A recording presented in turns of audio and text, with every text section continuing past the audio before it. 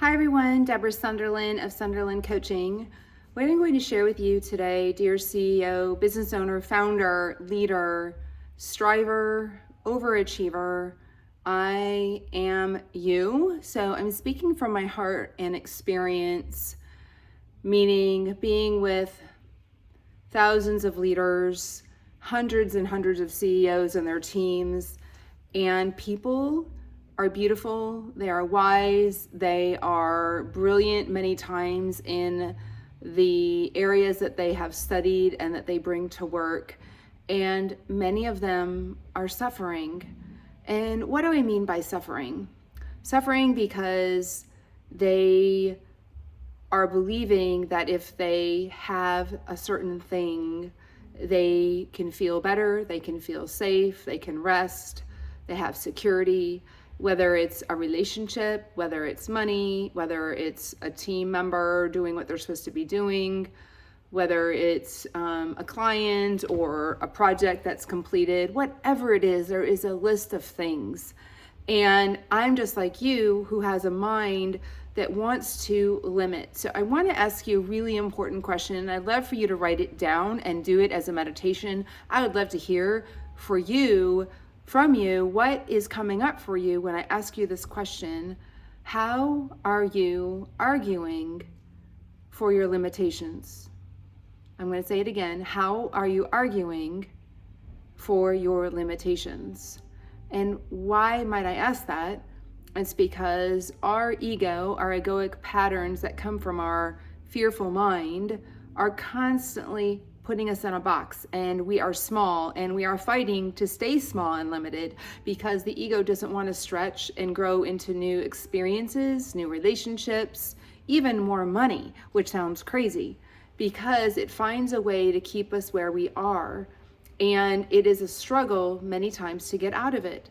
So I don't want you to blame yourself, and I want you to know that you are more than this part of your brain, that you are more than these patterns, and that you are more than the way you unintentionally limit your outcomes and what you desire. My work is helping people break free of how they limit their outcomes, how they limit their purpose in life, how they limit whatever that is in their life where they're not getting what they want. This is the work of being aware and conscious. So I want you to think on how self-aware are you, and how are you self-deceived? Meaning the ego tells us lies all the time. It makes up stories that aren't true. They're fictitious, and they come from a space of fearful stories. And we don't check in with them, and so then we react to those and we behave accordingly. So I want you to practice noticing you, being more self-aware of your thinking that brings your emotions, that brings your behaviors. I'd like for you just to observe yourself, especially when you get an outcome that you don't desire, whether it's not feeling good about yourself, whether it's not a thriving marriage, whether it's working really hard and you're exhausting yourself and you're still not getting the outcomes you want.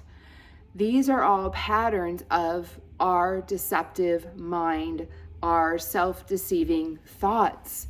And I would love for you to wonder, what are those stressors for you?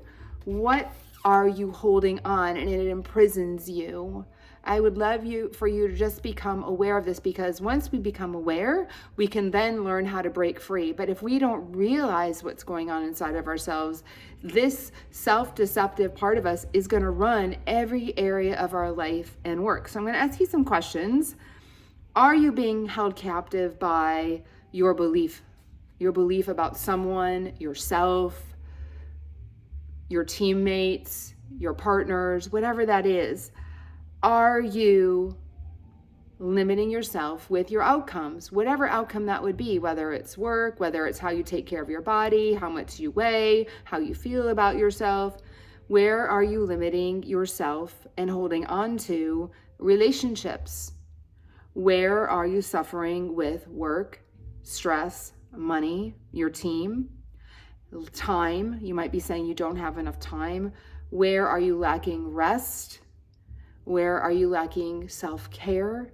right? All these things come up and we tell stories around all of them. And I want you to notice the ego tells you lies about all of them. And I want you to wonder, write down the one that's bugging you the most, the one that really has a hold on you, whatever belief or thought has a hold on you. Take a few deep breaths, 3 deep belly breaths all the way in and all the way out.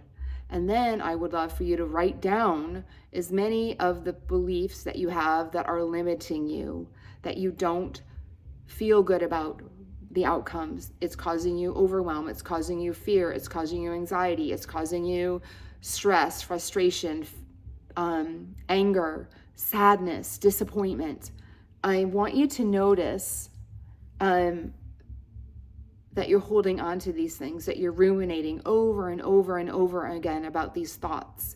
And these thoughts you think are going to help you, but they're actually harming you. They're hurting you and your business and your relationships. First of all, your relationship to yourself.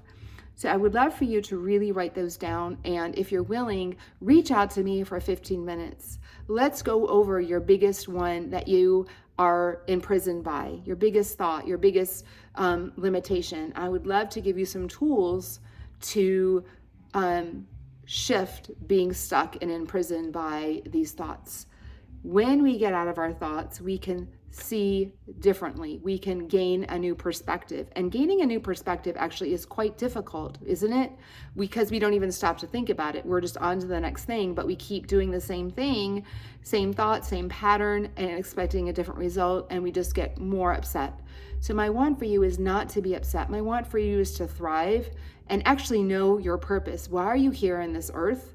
What are you called to do? What lights you up? And the only way we can do that is starting to break free of these limitations, the limitations that keep us trapped. So for our very first step, I want you to look at, where am I self-aware and where am I deceiving myself?